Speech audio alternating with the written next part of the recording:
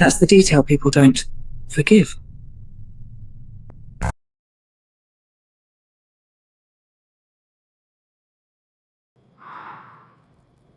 Millfield believed silence meant safety. Did your husband ever scare you? That's usually the most dangerous question.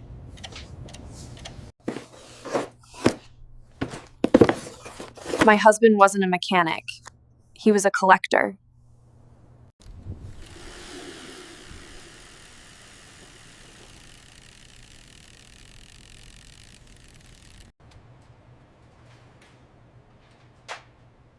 Some men don't stop until you take away their voice. Some truths don't belong to the world.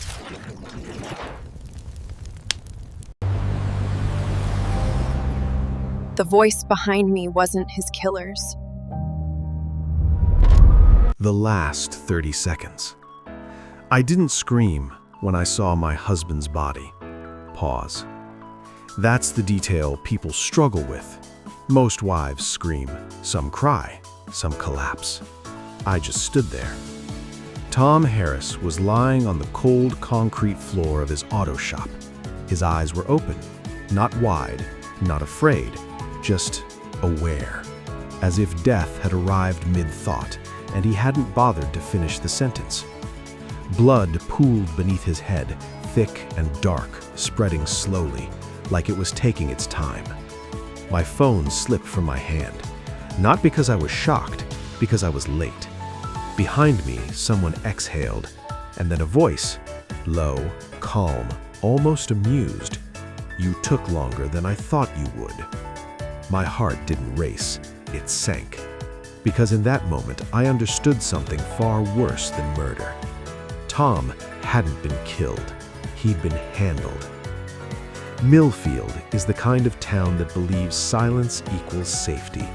8,000 people, one diner, one high school. A shared confidence that nothing truly bad could survive here.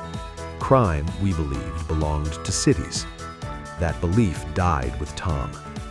By sunrise, the shop was wrapped in yellow tape, and my name was already being rehearsed in whispers.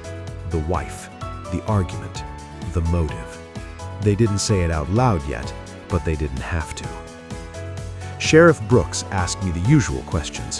Where was I? When did I last see him? Had we been fighting? I answered carefully. Truth shaped thin enough to pass. Yes, dinner at 7. No, he stayed late. Yes, every couple fights. What I didn't say was this. Tom was watching me eat that night. Not talking, not scrolling his phone, just watching.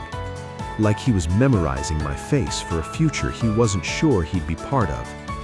"What?" I asked. He smiled. "You've changed," he said. "Quieter. That usually means guilt."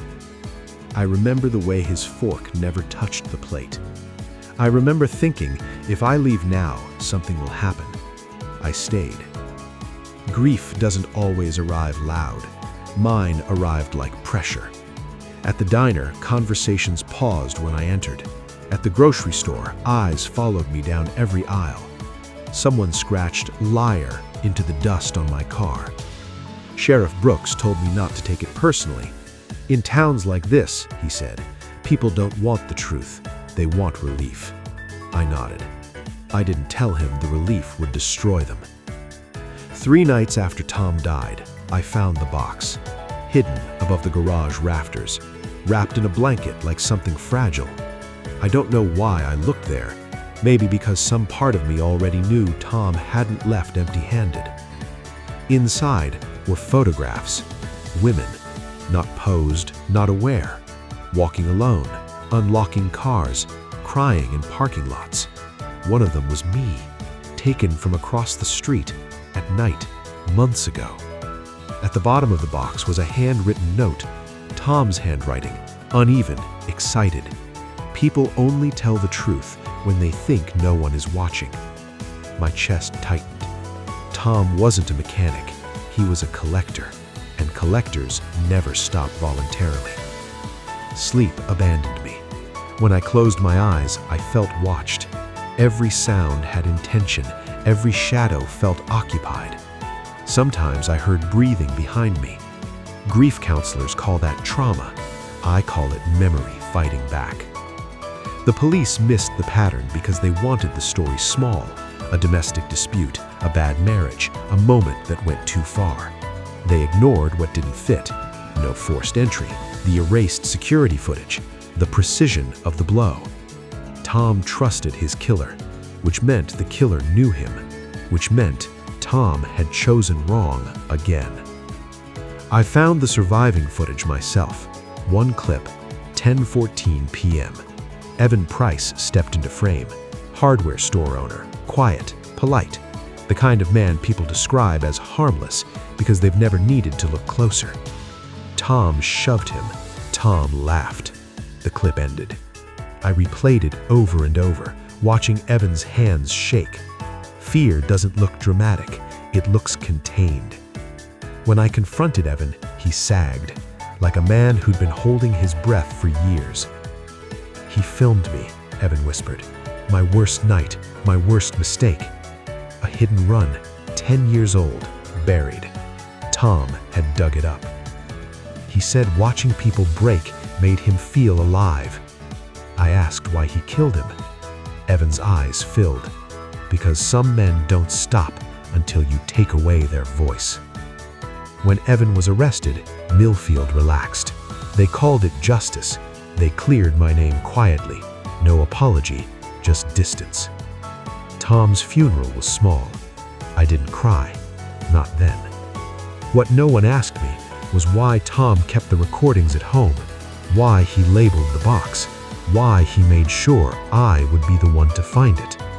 Sometimes I think Tom wanted to be caught. Sometimes I think he wanted me to see him clearly. Or worse, he wanted me to understand him. I burned the photographs, not because the police told me to, because some truths don't belong to the world. The smoke smelled like oil and paper and guilt. As the flames curled, I heard Tom's voice in my head. "You stayed," he said. "That makes you complicit." I didn't answer, because I didn't know if he was wrong. I left Millfield 6 months later. New city, new name. People here don't know my past. They don't know how quiet I can become. Sometimes late at night, I replay the last 30 seconds in my mind. The body, the voice behind me, and the thing I never told the police. That voice, it wasn't Evan's, which means Tom's story isn't finished, and neither is mine.